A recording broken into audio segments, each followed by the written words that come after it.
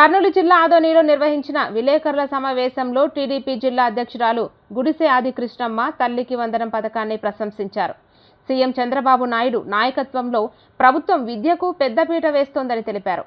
ఈ పథకం ద్వారా అర్హులైన విద్యార్థుల తల్లుల ఖాతాల్లో నేరుగా నగదు జమ చేయడం వల్ల విద్యాభారం తగ్గుతుందని చెప్పారు. విద్యార్థులు చదువు మానకుండా ప్రోత్సహించడమే లక్ష్యమని పేర్కొంటూ అర్హులైన కుటుంబాలు నమోదు ప్రక్రియ పూర్తి చేసి ప్రభుత్వ సంక్షేమ పథకాల ప్రయోజనాలు పొందాలని ఆమె కోరారు.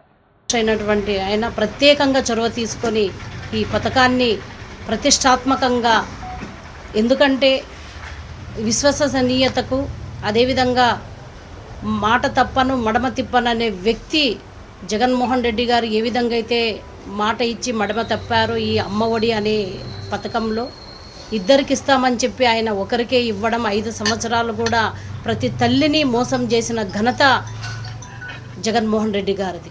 ఆ విధంగా కాకుండా ఈరోజు ఎన్డీఏ ప్రభుత్వం ఏదైతే మేము ఎలక్షన్లో హామీ ఇచ్చామో, ఆ తల్లికి ఎంతమంది పిల్లలుంటే అంతమంది పిల్లలకు మేము తల్లికి వందనం పథకం కింద 15,000 అమౌంట్ వేస్తామని ఏదైతే మేము మాట ఇచ్చామో ఆ మాట తప్పకుండా ఈరోజు 2వ విడత కింద దాదాపుగా 67 లక్షల విద్యార్థులకు, 47 లక్షల తల్లులకు ఈరోజు 15,000 రూపాయలు అమౌంట్ జమ అవ్వడం అనేది ఆషామాషిగా కాదు.